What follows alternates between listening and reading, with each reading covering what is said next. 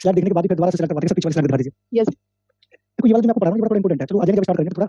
ये ना learning disability बहुत इंपॉर्टेंट पार्ट है ये वाला।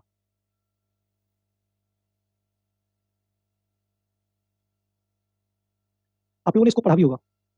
Yes sir. आप टीचिंग के किसी भी क्षेत्र में किसी भी एग्जाम में बैठे इससे कंपल्सरी 1 से 2 क्वेश्चन आपको मिलेंगे कि लर्निंग डिसेबिलिटी होती किसी है। जैसे अलेक्सिया होगा, डिसलेक्सिया होगा, पढ़ने से, लेखन से, बात करने से, भाषा से, गणित से, गंभीर तनाव से, सांस लेने में। एक बच्चा पेन और पेंसिल नहीं पकड़ पाता उसे क्या बोलेंगे? बहुत सारी ऐसी हैं। एक व्यक्ति ज्यादा सोचता है उसमें कौन सी बीमारी पाई जाती है, तो ये सारी हम इसमें पढ़ेंगे। अभी सब लोग आ चुके हैं या अभी नहीं आए? अभी आप टीवी दिखा रहे हैं सर। टीवी दिखाने भी। लर्निंग की थोड़ी आपकी क्लियर हो चुकी है, उसमें कोई डाउट तो नहीं है? देखो आज वाली क्लास में जो अभी मैं दूसरी क्लास ले रहा हूँ इसमें मैं आपको लर्निंग डिसेबिलिटी और लर्निंग कर्व और ट्रांसफर ऑफ लर्निंग पूरी तरह से खत्म करने की पूरी कोशिश करूंगा। ट्रांसफर ऑफ लर्निंग से बहुत सारे क्वेश्चन आते हैं। एक कर्व से भी आते हैं, सरल रेखीय, उन्नत उदर, जिसको कॉन्वेक्स कर्व बोलते हैं। एक मिक्स होता है, एक सीखने का पठार होता है जिसको हम लर्निंग ऑफ बोलते हैं। वो बहुत बड़ी इंपॉर्टेंट है।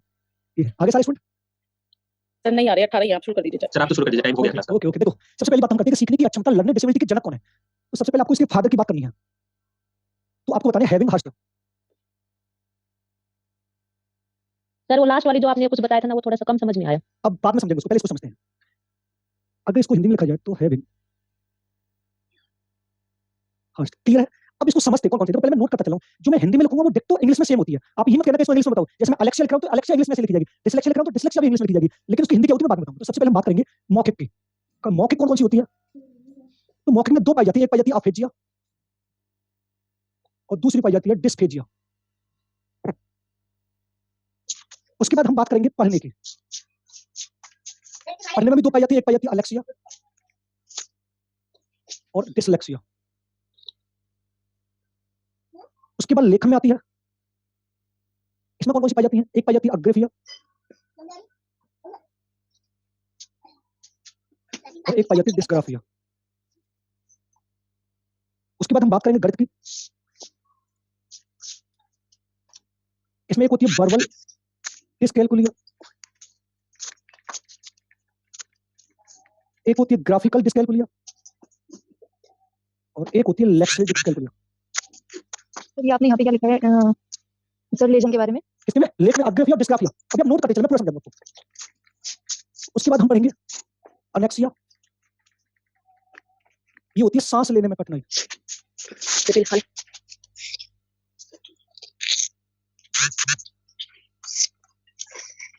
उसके बाद डिस्थीमिया। गणित में आपने 3 लिखे, इनके नाम एक बार बताना। वर्बल, ग्राफिकल और लेक्सिल। वर्बल, ग्राफिकल, लेक्सिल। ओके। एक होती है डिस्थीमिया, सर ये मौखिक में क्या लिखा है? अफेजिया और डिस्फेजिया। ये ना माइक म्यूट कर लो, किसी का आवाज आ रही है। गंभीर तनाव या मानसिक तनाव। उसके बाद आएगा, सर इंग्लिश में लिखोगे ना अभी बता दूं, क्वाड्रिप्लेगिया। इससे होता है पूरा शरीर प्रभावित। सर यहीं से स्टार्ट किया है इसके? जी यहीं से स्टार्ट किया है। उसके बाद आएगा काइनेस्थेटिक डिसलेक्सिया।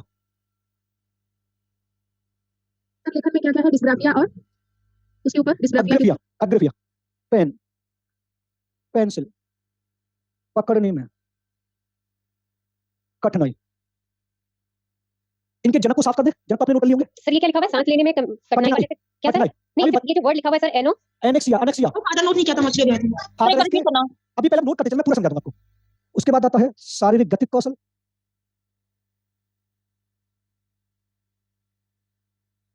इसको बोलते हैं अप्रक्सिया। शारीरिक गतिक कौशल कौन कौन से होते हैं? जैसे एक छात्र डांस नहीं कर पा रहा है, व्यायाम नहीं कर पा रहा है और सर्कस नहीं कर पा रहा है। उसके बाद नाम ये वाली रिपीट कर दो जो लिखे हैं अनेक्सिया, इसके बाद वाली। देखो पहले होता है मौखिक से संबंधित अफेजिया और डिस्फेजिया। क्लियर? अब अफेजिया को मैं ऐसे भी लिख सकता हूं, ये इंग्लिश नेम ही है। अलेक्सिया डिसलेक्सिया को मैं ऐसे भी लिख सकता हूं,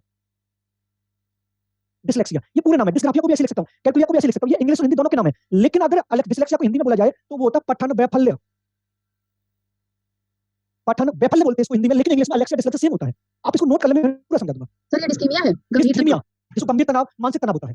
क्लियर है? उसके बाद आता है बाद में क्या लिखा है सर? क्वाड्रिप्लेगिया। क्वाड्रिप्लेगिया, पूरा शरीर प्रभावित, जो पैरालिसिस होता है, पैरालिसिस होता है। सर इनसे रिलेटेड है साइड में जो लिखे आपने? अनेक्सिया के साइड में मौखिक लिखा है, जैसे ये इनसे ही रिलेटेड है फर्स्ट वाले से या अरे एक ये लिखा है, एक अलग ये लिखा है, और ये इधर वाले अलग अलग है सारे। ये अलग है, ये अलग है, ये अलग है, ये अलग है, ये अलग अलग है।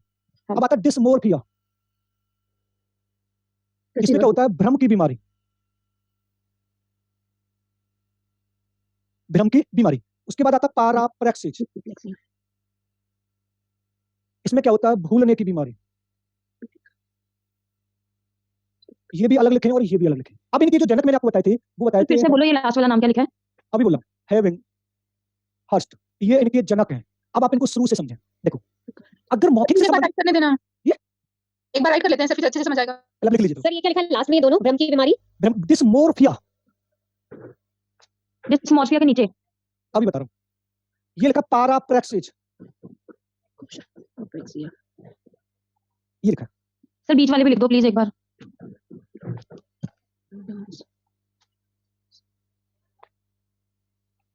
क्वाड्रिप्लेगिक काइनेस्टेट, शारीरिक गति कौशल, गणित के बर्बल डिस्कैल्कुलिया जानते हैं। जो सबसे ऊपर लिखा है वो अनॉक्सिया ना? अनेक्सिया, और ये लिखा अफेजिया, सर ये भ्रम की बीमारी को क्या है? भ्रम की डिस्मोर्फिया, डिस्मोर्फिया। डिस्मोर्फिया वो मैंने लिख दिया। अगर इसके जनक पूछे तो हैविंग हर्स्ट बताने हैं, यानी लर्निंग डिसेबिलिटी के जो जनक हैं। सर डिस्थीमिया क्या होता है? इस गंभीर तनाव, ज्यादा हम सोचते हैं तो जब डिप्रेशन की स्थिति में आते हैं तो उस वाली बीमारी को डिस्थीमिया नाम दिया गया। डिप्रेशन ही लिख लेते हैं ना। सर ये भ्रम की बीमारी क्या लिखा है ये साइड में? और डिस्मोर्फिया तो दिया मैंने।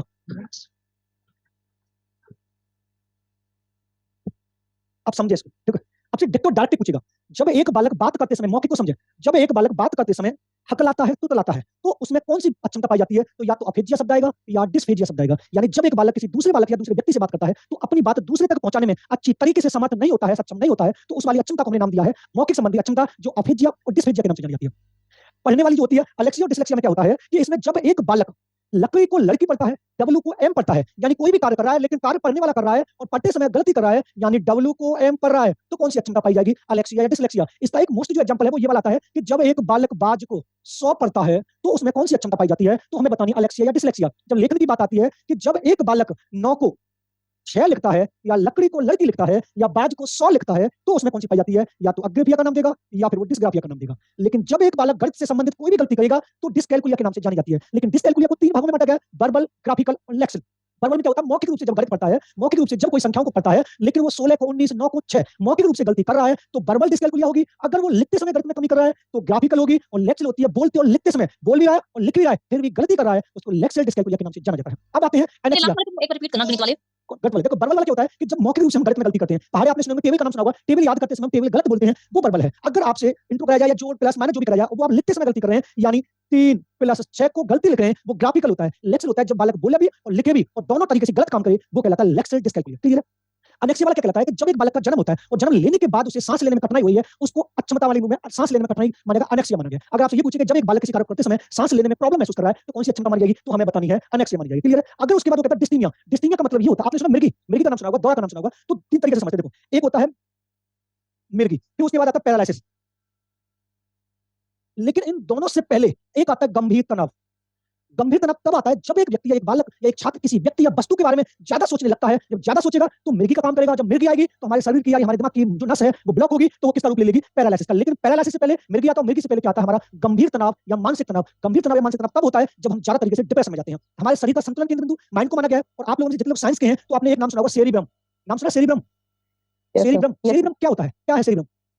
सर माइंड का माइंड से संबंधित होता है। अब माइंड से संबंधित माइंड का हमारे पूरे शरीर को माइंड पूरी तरह से संतुलित कर रहा है। जब हमारे माइंड को आघात लगेगा तो हमारे शरीर का संतुलन बिगड़ जाएगा, हर एक अवस्था में गिर जाएंगे, मुंह से झाग आने लगेगा और हम बेहोश हो जाएंगे। इस वाली स्थिति को मिर्गी नाम दिया गया है। लेकिन इससे पहले डिस्थीमिया से संबंधित जो व्यक्ति ज्यादा सोचता है, ज्यादा डिप्रेशन में रहता है, उसको गंभीर तनाव, मानसिक तनाव की बीमारी डिस्थीमिया से जाना जाता है। अगर आपसे पूछे क्वाड्रिप्लेगिक क्या कहलाता है कि हमारा पूरा शरीर प्रभावित होता है। पैरालिसिस क्या होता है? हमारे शरीर का आधा हिस्सा पूरा काम करना बंद कर देता है, इसको क्वाड्रिप्लेगिक बोला गया है। लेकिन आपसे ये पूछे काइनेस्थेटिक डिसलेक्सिया क्या होता है कि जब एक छोटा बच्चा होता है वो पेन या पेंसिल को हम एक कोई व्यक्ति ऐसे पकड़ता है, कोई ऐसे पकड़ता है, कोई कैसे पकड़ता है, लेकिन पेन या पेंसिल पकड़ने में कठिनाई का अनुभव कर रहा है, उसको काइनेस्थेटिक डिसलेक्सिया के नाम से जाना जाता है। शारीरिक गति कौशल को जाना जाता है अप्रेक्सिया। देखो समझना, मैं एक बात ये समझ रहा हूं कि मान लीजिए जब एक व्यक्ति किसी कार्य को करते समय अपने शरीर का प्रयोग कर रहा है, लेकिन वो शरीर का प्रयोग करते समय उस कार्य को करने में सक्षम नहीं हो रहा है, तो उसमें कौन सी अक्षमता पाई जाएगी? अप्रेक्सिया पाई जाएगी। अब इसके एग्जांपल मैंने 3 लिखे हैं, एक डांस लिखा है, एक व्यायाम लिखा है और एक सर्कस लिखा है। इन तीनों में जब तीनों का कोई व्यक्ति प्रयोग करेगा तो अपने शरीर का प्रयोग करेगा। जब एक व्यक्ति डांस करना चाह रहा है लेकिन डांस करने में असमर्थ हो रहा है तो कौन सी अक्षमता पाई जाएगी? अप्रेक्सिया। आपको ये ध्यान रखना है कि जब कोई ऐसा कार्य करे जिसमें हम अपने शरीर का प्रयोग करें लेकिन शरीर का प्रयोग करते समय वो कार्य पूरा न कर पाए, वो अप्रेक्सिया कहलाती है। इधर आते हैं डिस्मोर्फिया। डिस्मोर्फिया में क्या होता है? व्यक्ति को भ्रम हो जाता है। कभी-कभी किसी छात्र को ये भ्रम हो जाता है कि मुझे लगा मेरी एक आंख छोटी है, मुझे लगा मेरे हाथ का एक उंगली छोटी है, मुझे लगा मेरे पैर का एक उंगली छोटी है, यानी उसे भ्रम हो जाए कि मेरा एक पैर छोटा है या मेरी एक आंख छोटी है। उसको क्या नाम दिया गया है? डिस्मोर्फिया नाम दिया गया है। पैराप्लेक्सिस से अगर ये पूछे पैराप्लेक्सिस में क्या होता है तो एक व्यक्ति को भूलने की बीमारी होती है। वो पढ़ना भूल जाता है, किसी को कुछ भी बोला उसे बताना भूल जाता है, खाना खाना भूल जाता है, किसी से बोलना भूल जाता है, यानी जो हम अपने प्रतिदिन भूल करते हैं उसको क्या नाम दिया गया है? पैराप्लेक्सिस नाम दिया गया है। क्लियर है? अगर आपसे ये पूछे सर ये लेखन में बता दो, कौन सा वाला? ये लेखन में अगर किया वाला बता दो, बात क्या मीनिंग देखो लेखन में क्या होता है, जब एक बालक, मैंने यहाँ पे लिखा बाज को 100 लिखता है या 100 को बाज लिखता है या लड़की को लकड़ी लिखता है, तो कौन सी पाई जाएगी? अग्रिफिया डिस्ग्राफिया ये पाई जाएगी। अगर इसके जनक पूछे लर्निंग डिसेबिलिटी के जनक कौन है, तो आपको बताना है हैविंग, हर्ष इसके जनक है। क्लियर है? सर जैसे आपने आपको बताया कि ये अग्रिफिया या डिस्ग्राफिया कहते हैं, तो ये मतलब ये और है या एक ही? एक ही है, क्योंकि दो नाम दे दिए है एक ही। अगर इन दोनों की बात करेगा तो इन दोनों में से एक ही ऑप्शन आएगा, दोनों नहीं आएंगे। आपको ये ध्यान रखना। अगर इनको देखा जाए तो 80% में इसके दूसरे नाम आते हैं, जो मैंने दूसरे वाले नाम लिखे वो ज्यादा मुश्किल आते हैं। अब जैसे अलग डिसलेक्सिया हुआ, डिस्लेक्सिया हुआ, डिस्ग्राफिया हुआ, डिसकैलकुलिया हो गया, इनमें से दूसरा वाला नाम 80% आता है। फिर मैंने दोनों लिख दिए क्वेश्चंस क्या डायरेक्टली आएंगे? डायरेक्ट। जब एक बालक 100 को बाज पढ़ रहा है तो वो किस वाले अक्षर में डायरेक्ट पूछेगा। अगर वो ये भी पूछ सकता है, देखो आपको इतना ध्यान रखना है, अगर ये वाला सबके एग्जांपल सेम ही बनेंगे। अगर उसने पूछा कि एक छात्र लकड़ी को लड़की लिख रहा है, तो कौन सी बनेगी? लिख रहा है, लेखन बनेगी। अगर उसने एक छात्र लकड़ी को लड़की पढ़ रहा है, कौन सी बन गया? ये वाला। जब एक छात्र बात करते समय हक ला रहा है, तुत ला रहा है, तो मौखिक होगी, मौखिक होगी तो कौन सी होगी? डिस्प्लेजिया। एग्जांपल सबके एक ही बनेंगे, बस आपको इतना ध्यान रखना है कि फिर मौखिक से पूछ रहा है, पढ़ने से पूछ रहा है, लेखन से पूछ रहा है, गणित से पूछ रहा है। मोस्टली ज्यादा जो पूछा जाता है 80% में या तो मौखिक से पूछेगा या पढ़ने से या लेखन से या गणित से पूछेगा। आपको ये ध्यान रखना है। अगर इनसे भी आता है तभी मैंने आपको पूरा लिख दिया। सर जैसे आपने एप्लेक्सिया में एग्जांपल दिया कि जैसे फिजिकल डिफिकल्टी रहती है किसी भी काम को करने में, तो सर जैसे पेन या पेंसिल पकड़ने में तो वो फिजिकल डिफिकल्टी नहीं, होती है। वो सर शुरुआती दौर में, यहाँ पर अभी पेन पेंसिल पकड़ने में कर रहे हैं, कार्य नहीं कर रहा है, कार्य नहीं कर रहा सर, कार्य तो यहाँ पर करना चाह रहा है वो। यहाँ पे तो सीख रहा है। शुरुआती दौर की बात कर रहा हूं, मैंने पहले बताया। जब शुरुआती, अब मैं मान लेता हूं मैं इतना बड़ा हूं, तो मुझे पेन पेंसिल पकड़ने में नहीं थोड़ी ना होगा, लेकिन जब अनुभव तब होगा जब ये वाली हो जाएगी पूरा शरीर, जब मुझे पैरालिसिस की स्थिति हो जाएगी तब पेन पेंसिल पकड़ने में नहीं होगा। लेकिन उससे पहले तो मैं पेन पकड़ना सीख गया हूं ना। अगर शुरुआती दौर में पेन पेंसिल पकड़ने में कठिनाई का अनुभव है। अब आपने एक बात देखो, पहले आपने नोट कर लिया? Yes sir. Yes sir. आगे करते हैं। Yes sir. देखो एक चीज समझना, अब बात यहाँ पे आती है कि मान लेते हैं भाषा है। अब इसका सूत्र जब मैं आपको आगे पढ़ाऊंगा, अब एक बालक को हम भाषा सिखाना चाह रहे हैं, तो कौन सा इसमें से सूत्र होगा मैं आपको लिख दे रहा हूं, तब आपके इसका आंसर मिल जाएगा। एक होता है प्रत्यक्ष से अप्रत्यक्ष की ओर, और एक होता है सूक्ष्म से स्थूल की ओर, और एक होता है, एक हो सकता है पूर्ण से अंश की ओर, और एक हो सकता है सभी। अब इनमें से एक बालक को हमें भाषा सिखानी, भाषा लैंग्वेज 3 होती है, एक हिंदी, संस्कृत, इंग्लिश। लैंग्वेज कोई सी भी हो सकती है, हम सिर्फ हिंदी की बात करें अभी। एक बालक को मुझे हिंदी सिखानी है, तो इनमें से सबसे पहले किस शिक्षण सूत्र का प्रयोग करूंगा? मान लीजिए आप हिंदी के टीचर हैं और जब आपकी क्लास में एक बालक आ रहा है, तो उस बालक को हिंदी सिखाने के लिए इन चारों में से कौन सा का प्रयोग करेंगे? इन तीनों का करेंगे या सभी का करेंगे, या प्रत्यक्ष से अप्रत्यक्ष, डायरेक्ट टू इनडायरेक्ट, या सूक्ष्म यानी कौन सा? सभी डी ऑप्शन। सूक्ष्म से स्थूल। सूक्ष्म से स्थूल लॉक कर दे।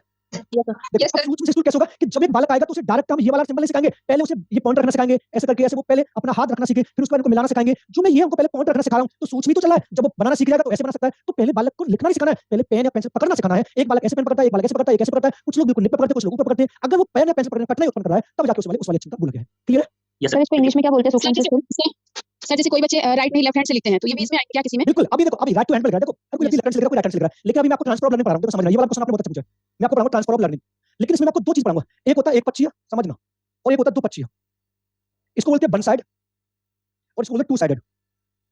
अब देखो वन साइडेड क्या होता है? ट्रांसफर ऑफ लर्निंग क्या कहलाती है? जब एक व्यक्ति द्वारा किसी एक कंडीशन में सीखा गया ज्ञान दूसरी कंडीशन में प्रयोग कर दे, वो ट्रांसफर ऑफ लर्निंग कहलाती है। ये वाला बिल्कुल क्लियर है? यानी जब हम एक कंडीशन में ज्ञान सीख रहे हैं और उसे दूसरी कंडीशन में जाकर प्रयोग कर दे, वो ट्रांसफर ऑफ लर्निंग कहलाती है। ये वाला ठीक है? क्लियर है? लेकिन उसमें मैं आपको ये बताना चाह रहा हूं कि जब वन साइडेड जो लर्निंग होती है, मान लीजिए मैं एक हाथ से लिखता हूं, राइट हैंड से लिखता हूं, मेरा राइट हैंड थक जाए तो मैं उससे लेफ्ट हैंड से बिल्कुल ना लिख पाऊं, वो कौन सा कहलाता है? लर्निंग वन साइडेड लर्निंग कहलाती है। लेकिन टू साइडेड लर्निंग क्या कहलाती है? कि जब मैं राइट हैंड से लिख रहा हूं और मेरा राइट हैंड थक जाता है, तभी मैं चेंज करके लेफ्ट हैंड से लिखना प्रारंभ कर दूं, वो कौन सा? Two sided transfer of learning कहलाता है। अब कैसे देखते हैं?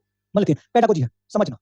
अब पेडागोजी मान लेते हैं अभी हम केवीएस की पढ़ रहे हैं, लेकिन पेडागोजी के कुछ पार्ट ऐसे होते हैं जो ऑल ओवर हर टीचिंग के सब्जेक्ट में आते हैं। केवीएस में बैठे, टेट में बैठे, सुपर टेट में बैठे, डीएसएसपी में बैठे, और उसमें बैठे, पीआरटी वाले बैठे, टीजीटी वाले बैठे। यानी ऐसा सीखा हुआ ज्ञान जो प्रत्येक कंडीशन में लागू हो जाए, उसको हम द्विपक्षीय टू साइडेड के नाम से भी जाना जा सकते हैं। लेकिन ऐसा ज्ञान या ऐसा सब सीखा हुआ ज्ञान जो सिर्फ एक ही कंडीशन में लागू हो, वो वन साइडेड कहलाता है। अभी आपको आगे पढ़ेंगे। क्लियर है? Yes sir. Yes sir. सूक्ष्म से स्थूल को बता दो इंग्लिश अभी में। आगे पूरा बता देंगे आपको। Part to whole. ओके। अब उसके बाद आता है नेक्स्ट, सीखने के वक्र। इनको बोलते हैं लर्निंग कर्वे। ठीक, देखो समझना, इसको पहले मैं लिख रहा हूं, फिर बाकी समझाऊंगा। देखो, जब एक व्यक्ति जन्म के बाद सीखना प्रारंभ कर देता है, उसकी सीखने की गति कभी तेज तो कभी मंद होती है। इस गति को एक कागज पर ग्राफ द्वारा अंकित करना सीखने के वक्र कहलाता है। यानी लर्निंग ऑफ कर्व क्या कहलाता है? देखो समझना, एक सिंपल भाषा में एक लाइन में समझ में आ जाएगा। मान लेते हैं एक कंडीशन ये है और एक कंडीशन ये है, ठीक है? यहां पर व्यक्ति का क्या हुआ है? जन्म हुआ, और यहां पर उसकी क्या होने वाली है? मृत्यु। अब वो यहां से सीखना प्रारंभ करेगा और सीखता रहेगा, तो ये सीख रहा है, ये वाला यहां तक सीखेगा। तो ये एक ही गति में सीखेगा या इसकी गति कभी बढ़ेगी, कभी घटेगी, कभी बढ़ेगी, कभी घटेगी, कभी बढ़ेगी, कभी घटेगी, कभी बढ़ेगी, घटेगी? ये वाला ठीक है? सीधी एक ही रेखा में सीखेगा, मतलब डिफरेंट होगा, कभी बढ़ेगा, कभी घटेगा, कभी ग्रोथ में भी जाएगा, तो कभी उसमें आएगा, लो में भी जाएगा। ये वाला ठीक है? Yes sir. देखो, अब इस गति को मैंने एक ग्राफ पर, यानी जो लर्निंग प्रोसेस है, इसको मैंने किस पर अंकित कर दिया है? ग्राफ पर अंकित कर दिया है, वो लर्निंग कर्व कहला रहा है। यानी एक बालक या एक व्यक्ति जब जन्म के बाद सीखना प्रारंभ कर देगा तो उसकी सीखने की गति कभी हाई होगी तो कभी लो होगी, यानी लर्निंग प्रोसेस जो होगी कभी लो तो कभी हाई। उस लर्निंग प्रोसेस को मैंने एक ग्राफ पर अंकित कर लिया है, वो लर्निंग ऑफ कर्व कहलाता है। क्लियर है? अगर उसने क्वेश्चन ये पुट किया कि मान लीजिए एक अध्यापक अपनी क्लास में टीचिंग कार्य कर रहा है, शिक्षण कार्य कर रहा है, और वो एक छात्र की जो सीखने की प्रक्रिया है उसको एक कागज पर अंकित कर रहा है, तो वो क्या प्रदर्शित कर रहा है? आपको बताना, सीखने के वक्र। क्लियर है? Yes sir. अब उसके बाद सबसे बड़ी बात ये आती है कि वक्र के प्रकार कितने होते हैं, सीखने के वक्र के प्रकार कौन कौन से हैं? तो देखो यहाँ पर सबसे बड़ी बात ये होती है, इसके 4 प्रकार होते हैं, समझना। पहला, सरल रेखीय वक्र। दूसरा, उन्नतोदर वक्र। नेक्स्ट आता है नतोदर वक्र, और उसके बाद आता है मिश्रित वक्र। अगर आपसे ये पूछे कि वक्र कितने प्रकार का होता है तो आपको बताना 4 प्रकार का, यानी सरल रेखीय वक्र, उन्नतोदर वक्र और मिश्रित वक्र। अब सरल रेखीय वक्र को बोलते हैं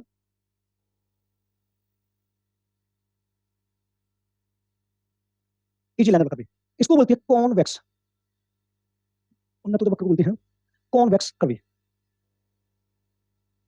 इसको बोलते हैं कॉनकेव कर्व, इसको बोलते हैं मिक्स्ड कर्व, इसको पॉजिटिव के नाम से भी जाना जाता है, सॉरी धनात्मक लिख लेना फिर पॉजिटिव भी लिख लेना। इस वाले को ऋणात्मक के नाम से भी जाना जाता है, नेगेटिव। अब समझना, पहला क्वेश्चन तो उसका ये पूछ सकता है कि निम्नलिखित में से कौन सा लर्निंग ऑफ कर्व नहीं है, तो ये 4 प्रकार लिखा दिए, यानी सरल रेखीय वक्र, उन्नतोदर, नतोदर, मिश्रित, easy liner curve, convex curve, concave curve और मिक्स्ड कर्व। अब बात यहाँ पे ये होती है, हमारा जो दिमाग चलता है, जो हमने ये बात अभी आपको पहले वाले उसमें पढ़ाई पहले वाले लेक्चर में, कि अंतर्दृष्टि सूझ अचानक का सिद्धांत कहलाता है। देखो 2 चीज समझना, एक होता है उन्नतोदर, समझना, और एक होता है नतोदर। अगर मान लेते हैं हमने ये दोनों बिल्कुल नहीं पढ़े और ये एग्जाम में आ जाते हैं, तो हमारा दिमाग 100% ये चलेगा कि उन्नतोदर मींस होता है गति करते रहना, यानी बढ़ते रहना। ये वाली बात बिल्कुल ठीक है। अगर हमारा ये दिमाग आता है बढ़ते रहना, यानी उन्नतोदर का शब्द होता है गति करते रहना या बढ़ते रहना, और नतोदर का मींस क्या होगा? कमी होना। ये वाली बात ठीक है। लेकिन यहाँ पर क्या होता है कि इसकी परिभाषा तो इसमें आती है और इसकी परिभाषा किसमें आती है? इसमें आती है। अब उसने एग्जांपल ये दिया कि जब एक छात्र सीखते समय प्रारंभ में उसकी सीखने की गति हाई होती है और बाद में धीरे धीरे लो होने लगती है, वह कौन सा कर्व कहलाता है? तो 99% क्या, जब आपने नहीं पढ़ा है 100% राइट आंसर आप किसको लगाएंगे? नतोदर, यानी कौन कर्व को लगाएंगे। लेकिन राइट आंसर कौन सा होगा? उन्नतोदर, यानी प्रारंभ में उसकी सीखने की गति जब हाई होगी और फिर बाद में धीरे धीरे लो हो रही है, वो कौन सा कर्व कहलाता है? उन्नतोदर, यानी कॉन्वेक्स कर्व कहलाता है। लेकिन नतोदर क्या कहलाता है कि जब समय अथवा प्रयासों के साथ, जब हमें समय दिखाई दे रहा है कि अब हमें प्रयास करना है और अपने लक्ष्य को प्राप्त करना है, अपनी सीखने की गति को हाई लेवल पर ले जाना है, वो कौन सा कहलाएगा? नतोदर वक्र। सरल रेखीय वक्र क्या कहलाता है? जैसे जैसे समय बढ़ेगा वैसे वैसे हमारी सीखने की गति बढ़ेगी, वो इजी लाइनर कर्व कहलाता है। मिक्स्ड वक्र क्या कहलाता है कि जहां पर कभी तेज तो कभी धीरे, कभी तेज तो कभी धीरे, जिसमें एक एस बन जाती है, वो कौन सा वक्र कहलाता है? मिश्रित वक्र कहलाता है। आप इसको नोट कर लीजिए, फिर इनको डिटेल में पढ़ते हैं। सर ये नतोदर दोबारा बता दो एक बार। नतोदर में क्या होगा कि समय के साथ साथ हमें प्रयास भी करना पड़ेगा, यानी अगर हमें दिखाई दे रहा है कि अब हमारा पेपर नजदीक आ रहा है तो 4 घंटे की जगह हमें 14 घंटे पढ़ना है, प्रयास कर रहे हैं, वो कौन सा कहलाएगा? नतोदर। उन्नतोदर क्या होगा? प्रारंभ में उसकी सीखने की जो गति है वो बिल्कुल उच्च गति से बढ़ती रहेगी, फिर बाद में धीरे धीरे कम होगी। इसका एक डायग्राम बना के यहाँ पर दिखा दे रहा हूँ, ये है, ये इसका डायग्राम है। नतोदर का डायग्राम हम आगे पढ़ेंगे, इसमें क्या होगा? इसका डायग्राम ये होगा। मिश्रित वाले का डायग्राम होगा, इसका भी बता दे रहा हूँ। सर एस क्या रिप्रेजेंट कर रहा है यहाँ पे? इसका मतलब मिक्स्ड, मिक्स्ड कभी घटेगी कभी बढ़ेगी कभी घटेगी कभी, अभी पूरा समझा दूंगा। अभी आप इसको नोट सर एक करिए, बार फिर से बता दो। अभी आपने ये नोट कर लिया। Yes sir. अब नेक्स्ट में डिटेल में पढ़ रहा हूँ, नेक्स्ट में देखो। अब उसमें सबसे पहले हम डालेंगे सरल रेखीय वक्र। अब इसको समझना, सर एक बार वो वाली स्लाइड वापस कर दीजिए, पहले वाले पे क्या करना है उसका? एक बार दिखा दीजिए सर स्लाइड। ठीक ठीक। एक चीज सर, हाँ जी सर ठीक। अब देखो सरल रेखीय वक्र क्या कहलाता है, इसको समझें। इस वक्र में समय के साथ साथ सीखने की मात्रा में समान वृद्धि होती है। इसका डायग्राम देख लें, तब आपको अच्छे से समझ आएगा।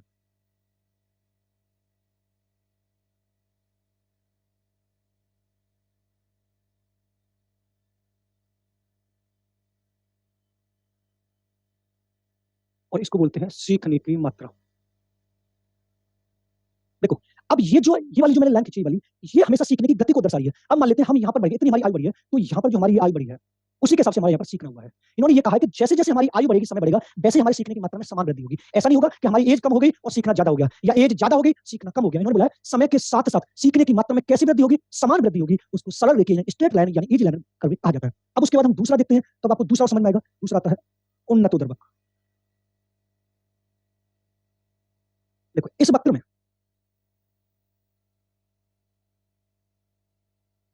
प्रारंभ में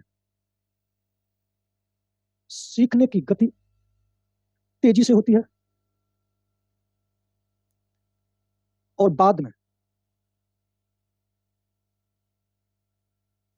धीरे धीरे कम।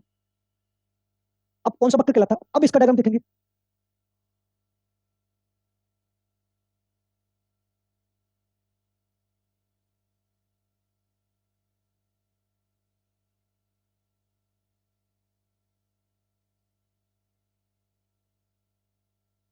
अब इस वाले वक्र में क्या है, प्रारंभ में सीखने की गति कैसे हो रही है, तेज, और बाद में धीरे धीरे कैसे हो रही है, कम। देखो यहाँ से तो बिल्कुल तेज गति से गया, लेकिन फिर धीरे धीरे कम यहाँ पर आ गया। यानी जब हम यहाँ पर थे तो हमारा सीखना कहाँ था, यहाँ पर। जैसे हमारी आयु बढ़ी, जैसे हम यहाँ पर आए, तो हमारा सीखना कहाँ पर हो गया, यहाँ पर आ गया। यानी जब प्रारंभ में सीखने की गति तेजी से होगी, फिर बाद में धीरे धीरे लो आने लगेगी, कौन सा वक्र कहलाएगा, उन्नत उदर यानी कॉन्वेक्स कहलाएगा। अगर स्ट्रेट लाइन वाला पूछे तो समय जैसे जैसे बढ़ेगा वैसे वैसे हमारी सीखने की मात्रा बढ़ती रहेगी। अगर एक मान लेते हैं कि एक बालक 10 साल का हो गया और 10 साल का जितना बालक होना चाहिए उतना ही उसमें सीख हो गई है, वो सरल है। लेकिन यहाँ पर अगर एक बालक 15 साल का हो गया है और फिर 20 साल के बराबर सीख गया, फिर दोबारा से 20 साल का होने के बाद फिर 15 साल के बराबर सीख गया, वो कौन सा कहलाता है, उन्नत उदर। दोनों कॉन्सेप्ट क्लियर है? Yes sir. नेक्स्ट आगे चले। Yes sir. देखो अब तीसरा आता है नत उदर वक्र। सर स्क्रीनशॉट ले लेते हैं, एक बार पीछे कर दो। अब कहाँ रह जाते इतना, चले yes sir, done. Yes sir. अब देखो तीसरा आता है नत उदर वक्र।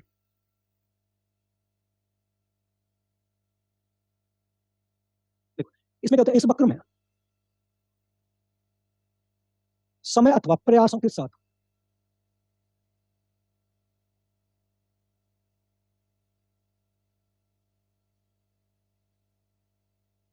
सीखने की मात्रा में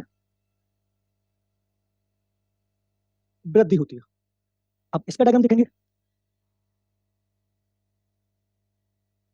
आप लोग शिक्षा मित्र का नाम जानते हैं? यूपी में सर जो जी जी जी बिल्कुल बिल्कुल जानते हैं, तो सुना था। नाम सुना होगा। Yes sir. अभी इसका एग्जांपल समझेंगे तब आपको पूरी समझ आ जाएगी। देखो जो शिक्षा मित्र थे समझेंगे इनको थोड़ा, तब आपको पूरी समझ में आ जाएगा। जब समाजवादी पार्टी की सरकार थी तो शिक्षा मित्र को उन्होंने परमानेंट कर दिया था, ठीक है। हाँ, प्रति शिक्षा मित्र की जो एज है मान लेते हैं 40 प्लस है, ठीक है, उनको परमानेंट कर दिया। परमानेंट करने के बाद फिर जब सरकार चेंज हुई तो उन्होंने शिक्षा मित्र को परमानेंट नहीं किया, उनको हटा दिया और उनसे ये बात बोलेगी कि आप या तो टेट पास करें तब आपको परमानेंट यानी गवर्नमेंट जॉब माना जाएगा। अब मान लेते हैं उन्होंने टेट पास कर लिया, उसके बाद फिर उनसे यूपी में सुपर टेट होता है, टेट के बाद आपने सुना भी होगा। अब मान लेते हैं सुपर टेट उनको ये कंपलसरी कर दिया गया गवर्नमेंट हटा के कि आपको सुपर टेट पास करेंगे तभी आपको गवर्नमेंट माना जाएगा, नहीं माना जाएगा। अब मान लेते हैं जो शिक्षा मित्र जिसकी एज है 45 साल वो भी सुपर टेट में बैठेंगे और एक व्यक्ति की जो एज है जो नहीं करेगा उसकी एज है 27 साल। अब ये दोनों इस सुपर टेट में बैठेंगे, लेकिन अगर इस शिक्षा मित्र को अगर सुपर टेट में बैठ के फाइट करके अपने आप को सही साबित करना, गवर्नमेंट जॉब लेनी है तो प्रयास तो करना पड़ेगा। यानी यहाँ पर अगर देखा जाए उनकी आयु यहाँ पर हो गई है और उनका सीखना कहाँ पर है, यहाँ पर है, लेकिन जब वो यहाँ पर आएंगे तो इस लड़के के बराबर उसको प्रयास करना पड़ेगा, तब जाकर उनको सुपर टेट में जॉब मिलेगी। यानी समय के अकॉर्डिंग देखते हुए हम अपनी गति को प्रोग्रेस करके ले जाते हैं, वो कौन सा वक्र कहलाता है, नत उदर वक्र। क्लियर है? क्लियर है? जी सर। अरे कुछ तो क्लियर है? यानी Yes, जब sir, हमको clear है। प्रयास करना पड़े तब जाके हम अपनी सीखने की गति को ले जाए, कौन सा कहलाता है, नत उदर वक्र कहलाता है। अब आते हैं हम मिश्रित वक्र पर, ये इससे भी ज्यादा इंपॉर्टेंट है। देखो इस वक्र में प्रारंभ में सीखने की गति तेजी से तथा बाद में धीरे धीरे कम, धीरे धीरे कम और फिर तेजी से होने लगती है।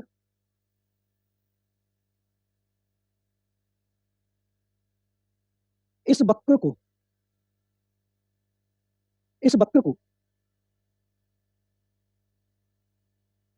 प्रकार का वक्र भी कहते हैं। इसका डायग्राम देखें।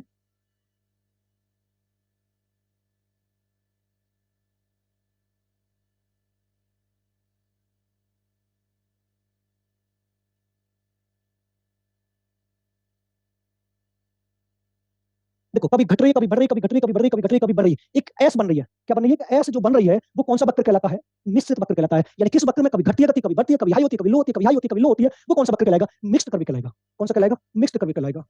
और जो प्रारंभ में समय अथवा प्रयासों का सीखने की मात्रा में वृद्धि होगी वो कौन कर्व कहलाता है। क्लियर है चारों? आप कोई पूछना हो तो मुझसे पूछ लीजिए। Yes sir, clear. साफ आगे चले, स्क्रीनशॉट ले लिया है, आगे चले।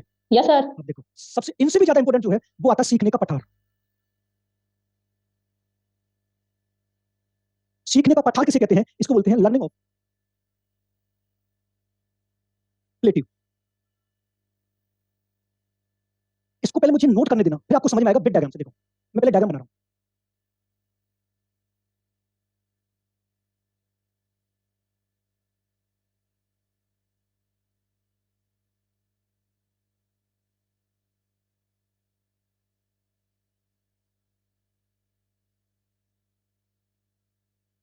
सीखने के पठार में क्या होगा कि एक व्यक्ति का सीखना प्रारंभ में बहुत तेजी गति से होगा। यानी जब वो किसी लक्ष्य को प्राप्त करना चाह रहा है तो पूर्ण गति से पूर्ण समर्थन होकर अपने सीखने को हाई लेवल पर ले जा रहा है। लेकिन बीच में ऐसी कोई घटना घट जाती है, मान लेते हैं एक्सीडेंट हो गया, उसके घर में कोई प्रोग्राम आ गया, उसके बड़े भाई की शादी आ गई या कोई दिमागी बुखार आ गया, कोई भी ऐसी घटना घट जाती है और उसका सीखना यहाँ पे बंद हो जाता है।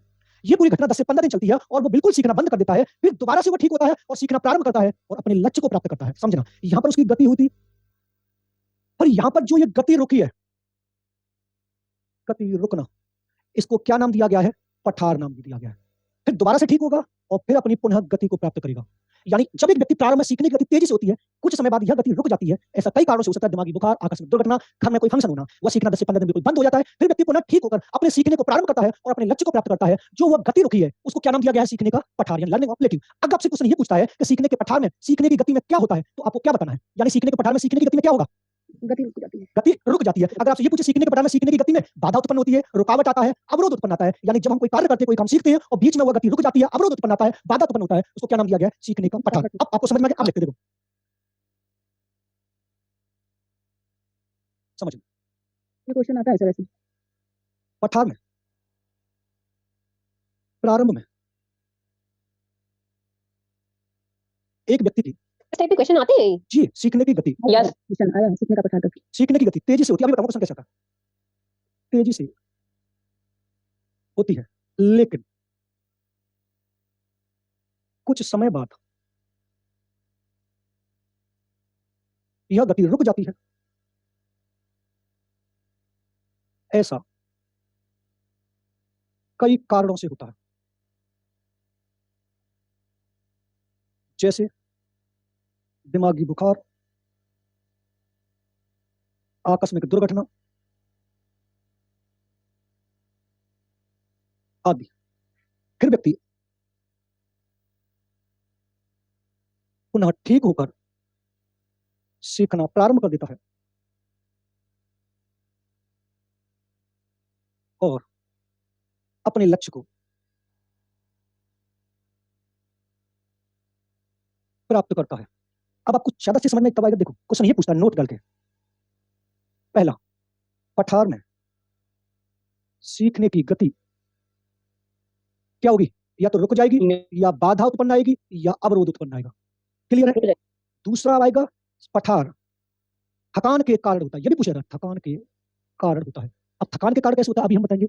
अगर आपसे ये पूछे कि सीखने के पठार में क्या होता है, तो आपको बताना सीखने के पठार में सीखने की गति है, बिल्कुल रुक जाएगी, बाधा उत्पन्न आएगी या रुकावट आएगी। अगर उसने पूछा सीखने के पठार में, सीखने का पठार किसके कारण होता है, तो आपको बताना है थकान के कारण होता है। अब एग्जाम्पल के थ्रू समझे थोड़ा इसको। मान लेते हैं एक ये छात्र है, ये छात्र है और इसकी सीखने की गति यहाँ पर तेजी से चल रही है, लेकिन उसके बड़े भाई की शादी आ जाती है। अब बड़े भाई की शादी आ जाती है, अब घर का जितना भी कार्यक्रम जो भी कार्य उसके ऊपर आ जाता है, तो वो सुबह 6 बजे से लेकर रात के 8 बजे तक पूरा कार्य में व्यस्त रहता है, पूरा कार्य करता रहता है। 8 बजे के बाद वो पढ़ना चाहे तो पढ़ लेगा, यस और नो।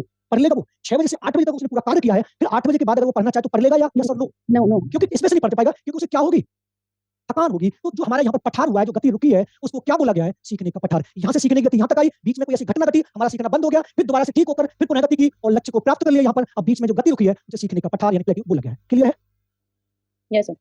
नोट कर लीजिए इसको। अब चलते हैं transfer of learning. Very very good. Sir ये पठार में तो फाइनली उसको मिल जाता है, सक्सेस मिल जाता है उसे। जी, लेकिन बीच में गति रुक गई है, उसको बोला गया है। परमानेंट गति नहीं रुकी है। अच्छा परमानेंट नहीं रुकी। परमानेंट क्यों? अरे यहाँ पर आप देखिए ना, हाँ, परमानेंट रुकी पहले बढ़ रही है फिर कांस्टेंट हो गया है ना। अब वो किसी को एक जिम्मेदार मान लेते हैं, किसी व्यक्ति की दुर्घटना हो जाती है, कोई एक्सीडेंट हो जाता है, तो एक्सीडेंट क्या वो लाइफ टाइम के लिए थोड़ी ना हुआ है, वो थोड़ी देर के लिए हुआ, 10-15 दिन के लिए ठीक होगा, फिर अपने लक्ष्य को प्राप्त कर लेगा। सीख हाँ तो सर इस केस में ऐसा है, पर अगर कोई केस ऐसा है जो ऐसा कुछ प्रॉब्लम आ गया फिर वो नहीं कंटिन्यू कर पाया, तो वो सीखने का पठार थोड़ी ना कर पाएगा। वो इसमें नहीं आएगा। नहीं नहीं, सीखने का पठार का मतलब ये है कि सीखने की गति में रुकावट आना, बाधा आना, अवरोध आना। लेकिन मैंने देखो दोबारा फिर ये भी लिखा है, मैंने ये भी लिखा है, थोड़ा दिक्कत नहीं है, सर ये तीनों सही है ना, रुक जाना, बाधा आना, एक ही बात है। देखो मैंने यहाँ पर भी लिखा है, फिर व्यक्ति पुनः ठीक होकर क्या करता है और अपने लक्ष्य को प्राप्त कर लेता है। यहाँ पर गति है तो यहाँ पर पुनः गति है, यानी प्रोग्रेस फिर रिप्रोग्रेस। सब कर आगे चले। सही नोट में सेकंड पॉइंट क्या लिखा है? सीखने का पठार थकान के कारण होता है। देखो जब भी क्वेश्चन बनेगा तो इन दो नोट में से बनेगा। सीखने का पठार किसके कारण होता है? थकान। सीखने के पठार में क्या होता है? सीखने की गति रुक जाती है, सीखने की गति में बाधा उत्पन्न होती है, सीखने की गति में अवरोध उत्पन्न होता है, सीखने की गति में रुकावट आती है। एक ही अर्थ है इन तीनों का। क्लियर है? जी सर। अब देखो अब आता है इसके बाद ट्रांसफर ऑफ लर्निंग, सीखने का स्थानांतरण।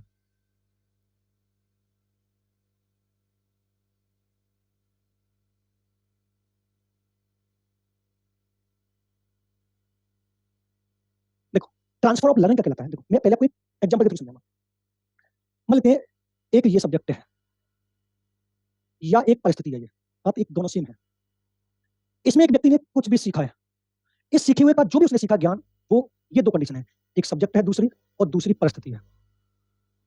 यहां पर वो प्रयोग कर देता है, वो ट्रांसफर ऑफ लर्निंग कहलाती है। यानी जब एक व्यक्ति द्वारा किसी एक स्टेज में अर्जित यानी ग्रहण यानी सीखा गया ज्ञान दूसरी कंडीशन को सीखने में सहायक होता है या प्रयोग कर देता है, वो क्या कहलाता है? ट्रांसफर ऑफ लर्निंग यानी सीखने का स्थानांतरण कहलाता है। क्लियर है? लेकिन यहाँ पर एक जो क्वेश्चन है आपको आपकी किस्मत पर डिपेंड करेगा। वो अगर सीबीएसई केवीएस वाला चाहेगा उसको राइट आंसर मानेगा। मैं अपनी तरीके से क्लियर करने की पूरी कोशिश करूंगा, लेकिन दो क्वेश्चन हमेशा पेडागोजी में डाउट में रहते हैं, वो केवीएस तय करता है कौन सा राइट आंसर होगा। मैं आपको बता दूंगा। अगर आपसे एक क्वेश्चन ये भी पूछ सकता है कि जब पूर्व ज्ञान यानी बिफोर में हमने ज्ञान सीखा है वो नवीन ज्ञान को सीखने में सहायक होता है, यानी जो एक ऐसा ज्ञान जो हमने पूर्व या बिफोर में अर्जित किया था और वर्तमान को सीखने में सहायक हो जाता है, वो क्या कहलाता है हमारा ट्रांसफर ऑफ लर्निंग कहलाता है, यानी सीखने का स्थानांतरण, सीखने का अंतर, ट्रांसफर ऑफ लर्निंग कहलाता है। अब सबसे ज्यादा क्वेश्चन इसके पुट होते हैं इसके टाइप से, एक पॉजिटिव होता है, एक नेगेटिव होता है, एक जीरो होता है, एक हॉरिजॉन्टल होता है, एक वर्टिकल होता है, एक वन साइडेड होता है, एक टू साइडेड होता है। अब यहाँ पर सबसे बड़ी बात ये होती है कि ट्रांसफर लर्निंग किसे कहते हैं? क्लियर हो गई वाली बात कि जब एक परिस्थिति में सीखा गया दूसरी परिस्थिति को सीखने में सहायक होता है, ट्रांसफर ऑफ लर्निंग कहलाता है। क्लियर है?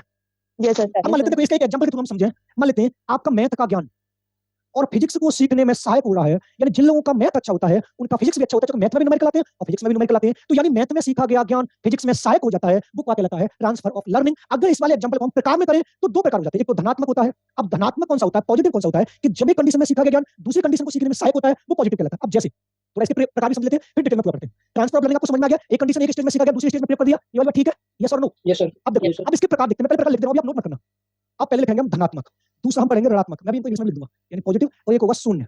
इन तीनों को समझेंगे तो एक ये होता पॉजिटिव, एक ये होता नेगेटिव और एक ये होता शून्य। अब इन तीनों को समझना, बस कॉन्सेप्ट क्लियर हो जाए तो एग्जांपल को कुछ भी बना के देता है, आपको राइट आंसर मिलेगा। मान लेते हैं एक ये कंडीशन है और एक कंडीशन ये है।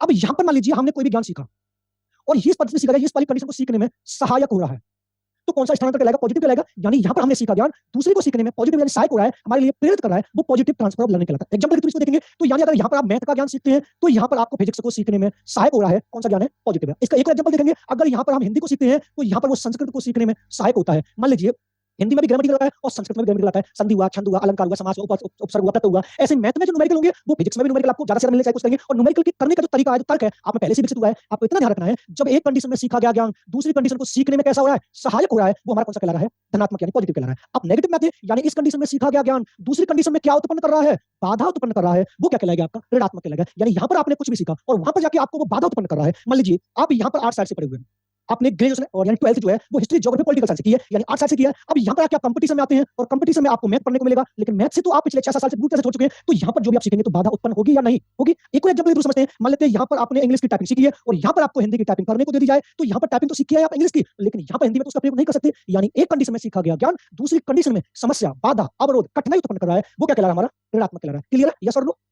यस सर अब उसके बाद आता है शून्य। शून्य क्या कहलाता है कि भैया इसमें आपने कोई सा भी ज्ञान अर्जित किया हो, दूसरे में उसका कोई प्रभाव न पड़े, कोई प्रभाव न पड़े, वो कौन सा कहलाता है? हमारा जीरो ट्रांसफर ऑफ लर्निंग। यानी एक कंडीशन में सीखा गया ज्ञान दूसरी कंडीशन को सीखने में कोई इफेक्ट ही ना डाले, उसका अपना अलग है, मेरा अपना अलग है, मेरे को उससे कोई मतलब नहीं है, इसको उससे कोई मतलब नहीं है, वो कौन सा कहलाता है? शून्य। यानी इस कंडीशन में सीखा ज्ञान दूसरी कंडीशन से मतलब रखता है और पॉजिटिव में रखता है कि मैं तुम्हारे साथ रहने को तैयार हूं, वो धनात्मक पॉजिटिव। इस कंडीशन में सीखा गया ज्ञान दूसरी कंडीशन को सीखने में भैया बार-बार टॉर्चर कर रहा है कि ना साहब मिस तो बिल्कुल नहीं होगा, ये वाला वो ऋणात्मक है। शून्य, भैया तू अपना अलग देख, मैं अपना देख लूं। यानी एक कंडीशन में सीखा ज्ञान दूसरे में कोई इफेक्ट ही ना डाले, वो जीरो कहलाता है। एक कंडीशन में सीखा गया ज्ञान दूसरे में इफेक्ट डालते इसमें बाधा उत्पन्न करे, वो ऋणात्मक नेगेटिव कहलाता है। और जब एक कंडीशन में सीखा ज्ञान दूसरी कंडीशन को सीखने में पॉजिटिव यानी सहायक यानी हमारे साथ चलने को तैयार होता है, वो कौन सा कहलाता है? धनात्मक। तीनों क्लियर है?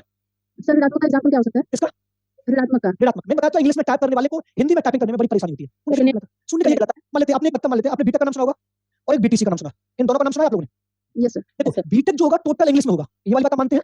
क्लियर है? और बीटेक करने वाला व्यक्ति आसानी से, यानी उसे कोई प्रॉब्लम ना हो, और बीटीसी कर लो, बीटीसी को बिल्कुल हिंदी मीडियम में छोटा आ बड़ा आ छोटी ई बड़ी ई, लेकिन यहाँ पर वो 4 साल टोटल इंग्लिश में पढ़ के आया है और यहाँ पर आसानी से बीटीसी कर ले, उसे कोई परेशानी नहीं आ रही, तो यहाँ पर सीखा गया ज्ञान यहाँ पर कोई इफेक्ट नहीं डाला, कौन सा है?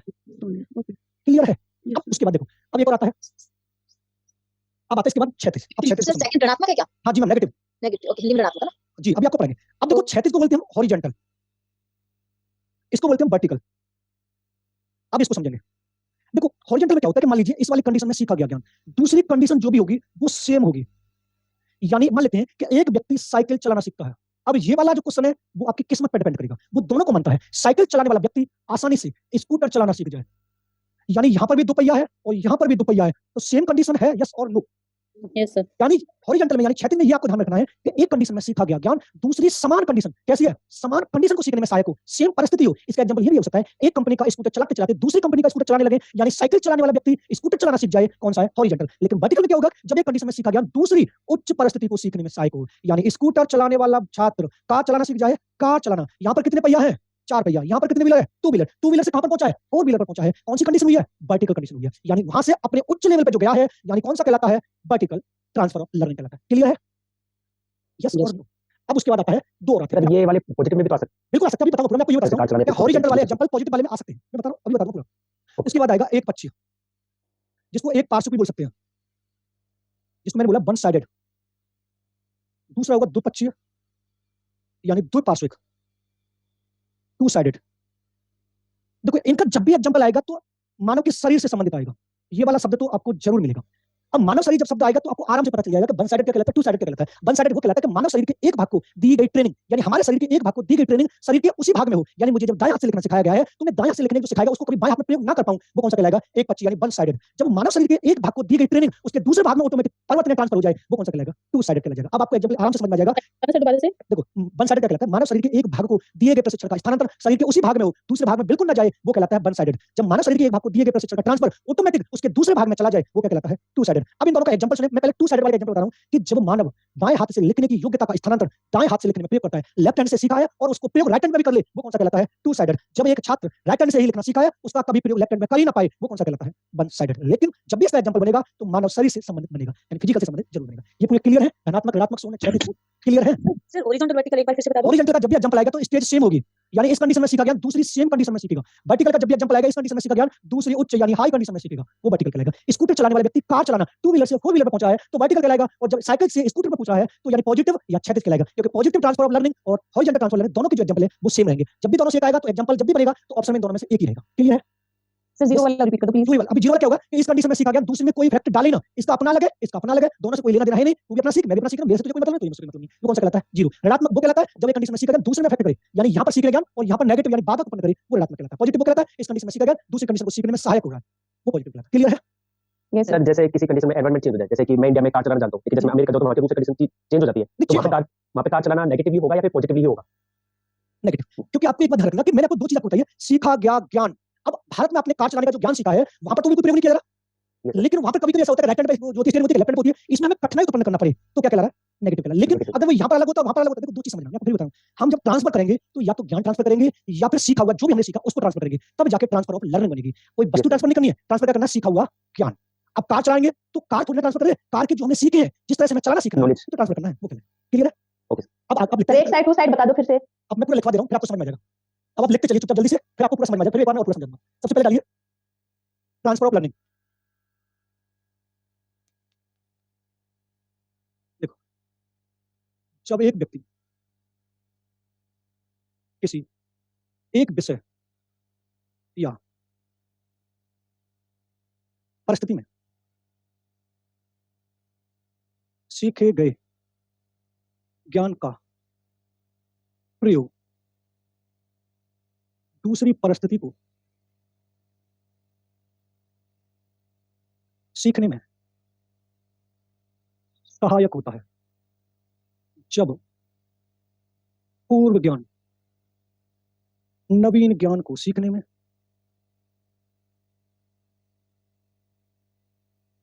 सहायक होता है, क्या कहलाता है, ट्रांसफर ऑफ लर्निंग कहलाती है। अब इसमें हम सबसे पहला प्रकार देखेंगे पॉजिटिव। सबसे पहले देखेंगे धनात्मक यानी पॉजिटिव। देखो जब एक व्यक्ति द्वारा एक विषय में सीखा गया ज्ञान दूसरी परिस्थिति को सीखने में सहायक होता है। इसकी जो एग्जांपल है वो तो हमेशा कुछ संबंधी और ऑप्शन ही बनेंगे, जैसे हिंदी का ज्ञान संस्कृत को सीखने में सहायक हो।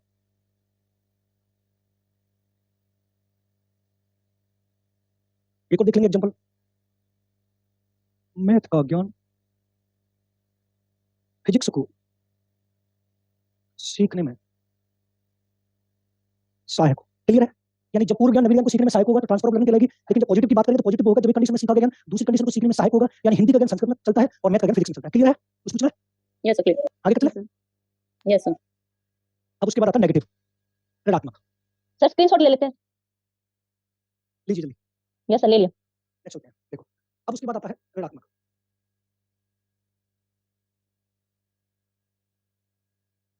देखो जब एक विषय में सीखा गया ज्ञान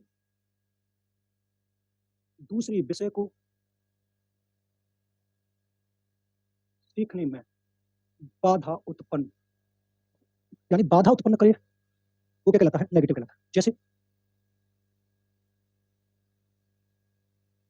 इंग्लिश में टाइप करने वाले को हिंदी में टाइप करने में परेशानी होती है। क्लियर है? Yes, sir. उसके बाद आता है जीरो। देखो, जब एक विषय में सीखा गया ज्ञान दूसरी विषय को सीखने में कोई प्रभाव न डाले, जैसे बीटेक करने वाला छात्र आसानी से बीटीसी कर लेता है।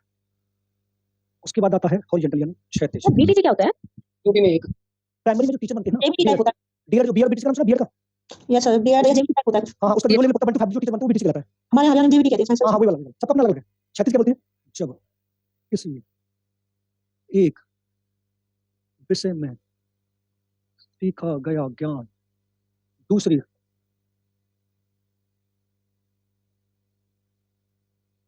सर क्षैतिज हॉरिजॉन्टल है क्या? जी मैडम, ठीक है, थैंक्स। दूसरी समान विषय को सीखने में सहायक होता है। जैसे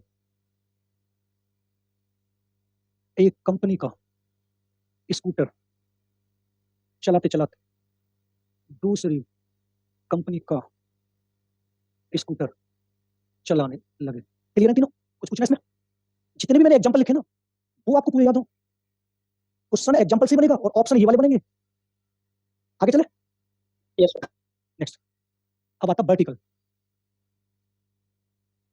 जब एक व्यक्ति द्वारा किसी एक विषय या परिस्थिति में सीखा गया ज्ञान दूसरी उच्च परिस्थिति को सीखने में सहायक हो। जैसे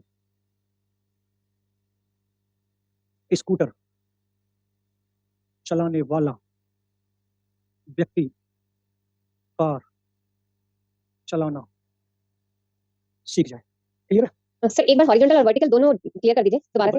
हॉरिजॉन्टल वो चीज होती है कि मैंने इस कंडीशन में कुछ भी सीखा उसी के सेम कंडीशन दूसरी होनी चाहिए, इधर उधर नहीं होनी चाहिए। यानी यहाँ पर अगर एक साइकिल चला रहे हैं 2 पहिया तो यहाँ पर भी 2 पहिया होना चाहिए, वो हॉरिजॉन्टल कहलाता है। यानी आपको सेम कंडीशन देखनी है, ना तो उससे ऊपर हो ना उससे लो हो, ना हाई हो ना लो, वो कौन सा कहलाता है? हॉरिजॉन्टल। सेम विषय सेम कंडीशन। अगर विषय ना तो सेम स्टेज आपको दिखनी है, सेम शब्द जरूर आएगा, आपको आराम से मिल जाएगा। लेकिन जब वर्टिकल की बात होगी तो सेम से हाई की बात करेगा। मैंने यहाँ पर देखो ये हाईलाइट भी कर दिया, उच्च परिस्थिति में प्रयोग करता है वो कौन सा कहलाता है? और यहाँ पर स्कूटर में कितने पहिए होते हैं? 2 पहिए। और कार में कार में 4। कितने होते हैं? चार। ठीक है? सर साइकिल चलाते चलाते स्कूटर चलाना सीख लिया। देखो हाँ, अब ये वाली बात मैंने आपको पहले बता दी, किस्मत पर डिपेंड करता है। क्योंकि कभी-कभी तो सरकार इसको उच्च मान लेती है और कभी-कभी हॉरिजॉन्टल मान लेती है, कभी-कभी वर्टिकल मान लेती है। मैंने आपको पहले बोल दिया कि एक क्वेश्चन यही वाला कि साइकिल चलाने वाला व्यक्ति स्कूटर चलाना सीख जाए तो कभी तो उसको हॉरिजॉन्टल मान लेता है और कभी वर्टिकल मान लेता है। अब आप ये आपकी किस्मत पर डिपेंड कर रहा है। अगर किस्मत साथ में है तो राइट आंसर मिलेगा, किस्मत साथ में नहीं है लेकिन प्रूफ मैं दे सकता हूं हमेशा ये हॉरिजॉन्टल में मान जाएगा। यानी क्षैतिज सर इस टाइप का ऑप्शन के लिए हॉरिजॉन्टल और वर्टिकल दोनों एक साथ थोड़ी देंगे।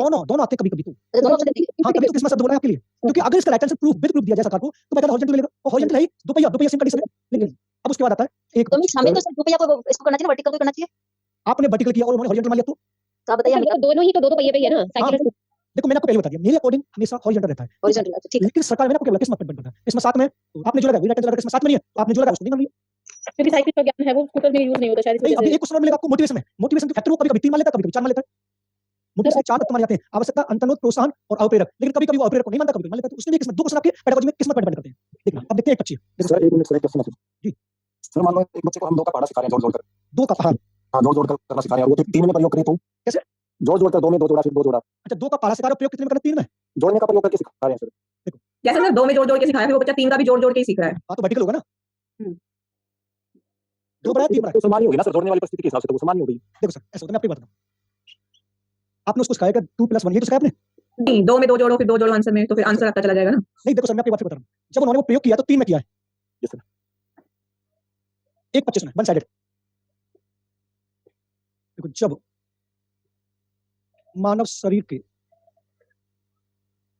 एक भाग को दिए गए प्रशिक्षण का स्थानांतरण समझ में लेके आऊं, शरीर के उसी भाग में होता है जैसे जब एक व्यक्ति राइट हैंड यानी दाएं हाथ से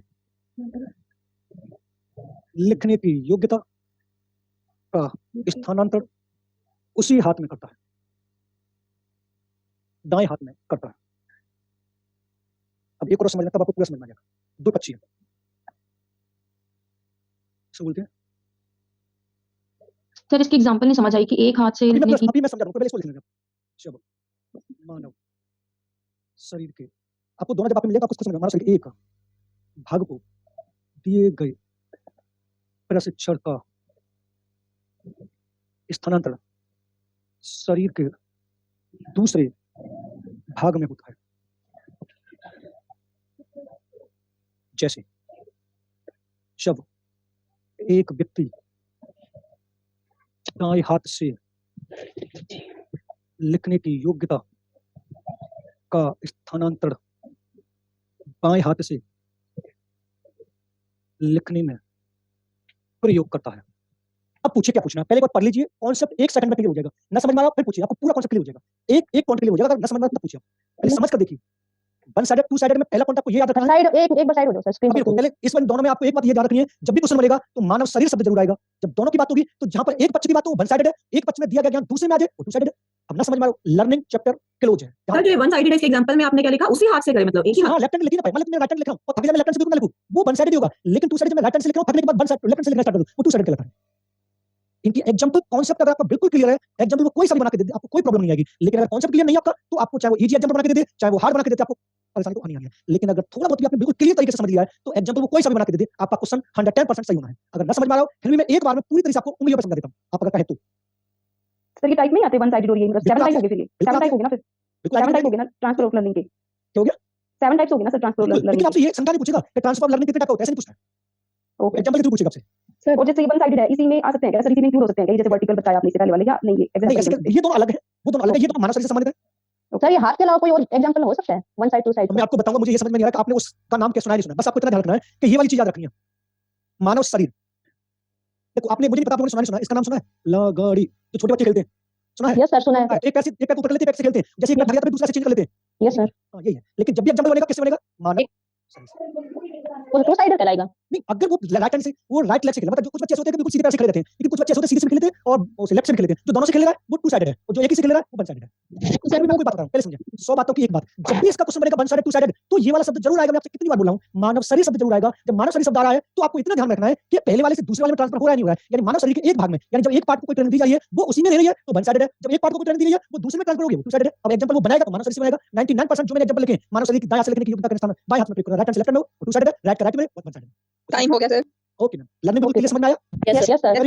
यस सर इससे जो पहली वाली क्लास हुई थी उसमें क्या-क्या कराया था? अब आप अभी आपको पीडीएफ दिलवा देंगे पूरा लर्निंग। नोट्स करवा देना जरूर। ओके ओके, अभी दिलवा देंगे आपको पूरा लर्निंग पढ़ा दिया, लर्निंग पढ़ा दिया, ट्रांसफर लर्निंग पढ़ा दिया, डिसेबल लर्निंग पढ़ा दिया। Yes sir. अब मिलते हैं हम क्रिएटिविटी के साथ और टीचिंग के साथ, ठीक है?